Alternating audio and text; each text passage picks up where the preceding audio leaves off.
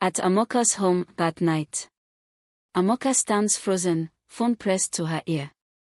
Her breath catches in her throat. "Madam, we found something about your son. It's urgent," the caller said. Chinedu watches her closely, sensing something is wrong. "Are you okay?" Chinedu asked. Amaka forces a smile, trying to mask her unease. "Yes, just a work call. I have to go," Amaka said. She hurries inside, shutting the door behind her. Her hands tremble as she dials the number back. "What did you find?" Amaka asked the caller. "Madam, it's not good. We traced some records. Your son, he might still be alive," the caller said. Amaka's word spins. She clutches the table for support. The past she thought she had buried was beginning to surface, and it would change everything. Chinedu's apartment, at night. Chinedu sits in his dimly lit room, staring at his phone. His mind replays the evening. He texts Amaka. "Are you sure you're okay?" No response. He sighs, running a hand over his face. Jide, his best friend, entering. "Bro, what's going on? You look lost."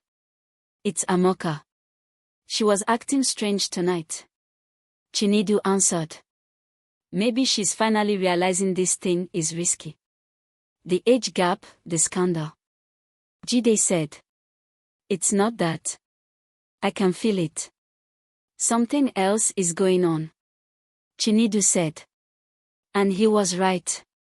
But the truth was far darker than he could ever imagine. Amaka's office, the next day. Amaka is restless, unable to focus. Nkem notices. "Madam, what's wrong? You look like you've seen a ghost." Nkem asked. "Nkem, what if I told you that my son might be alive?" Amaka asked. Nkem gasped, nearly dropping her cup of tea. "What?" "Amaka, you told me he died at birth," Nkem said. Amaka, shaking her head, voice breaking. "That's what I was told, but what if it was a lie?"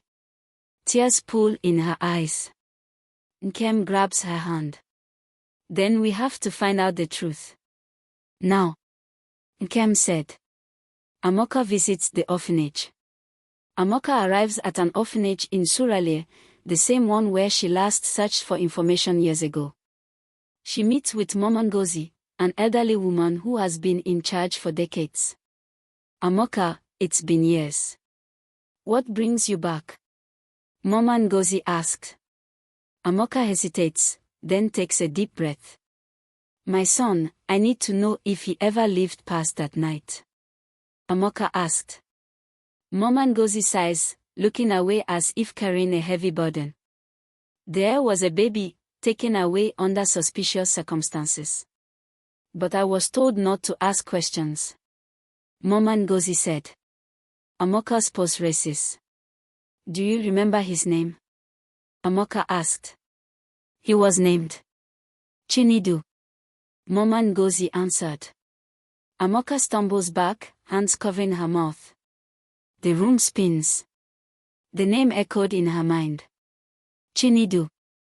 It couldn't be. It must be a coincidence, right? Amaka paces in her living room, mind racing. She dials Chinedu's number. Chinedu, picking up, cheerful. "I was starting to think you were avoiding me." Amaka, forcing a smile through the phone. "No. Can we meet tomorrow? I need to talk to you about something important." Chinedu senses the tension in her voice. "Of course. Are you sure you're okay?" Chinedu asked.